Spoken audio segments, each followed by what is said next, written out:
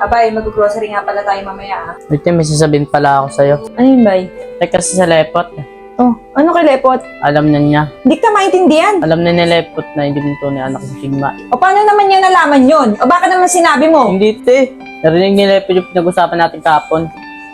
Naku, bay, paano to? Ngayon may nakakaalam na. Anong gagawin natin? Pero kinausap ko naman siya, te.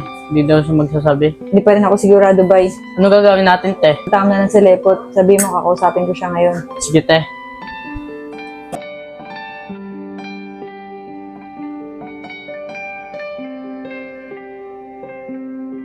Konti na lang, may pang-DNA na kami. Sana lahat ng nararamdaman ko hindi totoo. Kung di ko man siya anak, tatanggapin ko pa rin siya. Wait, te. Diyan na pala sa Lepot. Oh, ba't sumugod pa kayo sa ulan? Dito okay lang. Ambon lang naman eh.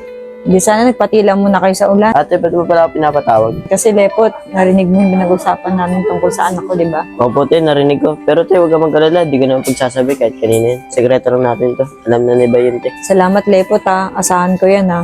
Alam mo naman na pamahal na ako sa batang yan. Oo ate, yun nga rin iniisip ko. Mamaya malaman ni Digma eh. Mamaya mag-desyon te. Tapos sumamaba yung love sa inyo eh. Bakit po ako maglalayas? Ah, di nak. Sa sobrang pigil ko sa sa'yo na hindi kita palabasin. Baka maglayas ka. Ma, hindi ko gagawin yan. Pero sana ma, payagan niyo ako maglaro kahit minsan lang. Oo nga naman Trisha, minsan payagan mo si Digma lumabas. Oo, nak. Sige. Pasensya na ako. Masyado akong mahigpit sa'yo. Talaga ma, papayagan mo na ako lumabas. Oo, nak. Ate, dito na ako ah. Ah, sige, Lepot. Maraming salamat, ha. Ang tagal tumila ng ulan, gusto ko na maglaro. Charmaine yun ah. Charmaine! O Digma, bakit hindi mo kasama si Raven? Hintay ko nga siyang pumunta dito sa bahay. Kahapon galing kami dito eh. Ikaw naman yung wala.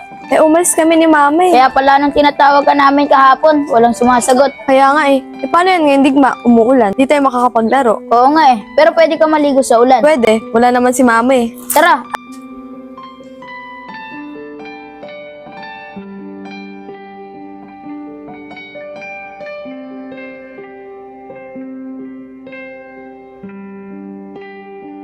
Oh, langit ako dito kay Jimboy.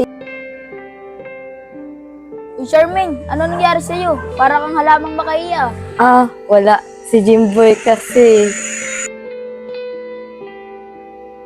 Ikaw ha, crush mo si Jimboy, no? Ah, hindi ah. Parang tanga to si Digma. We, halata ka no, nabubula ka no. Jimboy yun si Charmaine. Ewan ko sa'yo, Digma. Uuwi na lang ako. Uy, di, joke lang. Parang tanga naman to. Jimboy, sali ka na lang kaya sa amin para may kalaro kami ni Charmaine. Di ba, Charmaine? Sige. Anong laro ba yan? Nanay, tatay. Ikaw yung tatay, siya yung nanay. Siyempre ako yung anak. Uy, Digma. Langit daw palaro natin. Ba't naging nanay tatay? Ibagay naman kayo eh. Uy, Digma. Nakakaya kay Charmaine.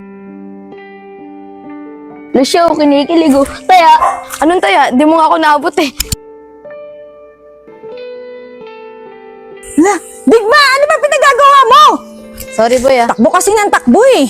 Oy, Trish. Pasensya na. Di kasi nakatingin anak mo eh. Okay lang, Maika. Tara na, Digma. boy, di naman ako nasaktan. Tara na! Ano nangyari doon kay Trisha? Charmaine. O bakit, Jimboy? Charmaine, salamat ah. Sa wakas nakalaro na rin kita. Ha? Bakit? Anong meron sa akin? Totoo niyan.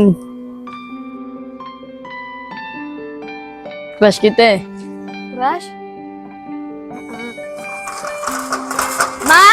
Uy, Charmaine, ba't niyo sinisira yung gate niyo? Eh, Jimboy, umuwi ka na lang kaya sa bahay niyo. Umuulan na eh. Oh, umalis ka na. Andiyan na si mama, baka pagalitan ka pa nun. Sige, Charmaine, laro tayo bukas ah.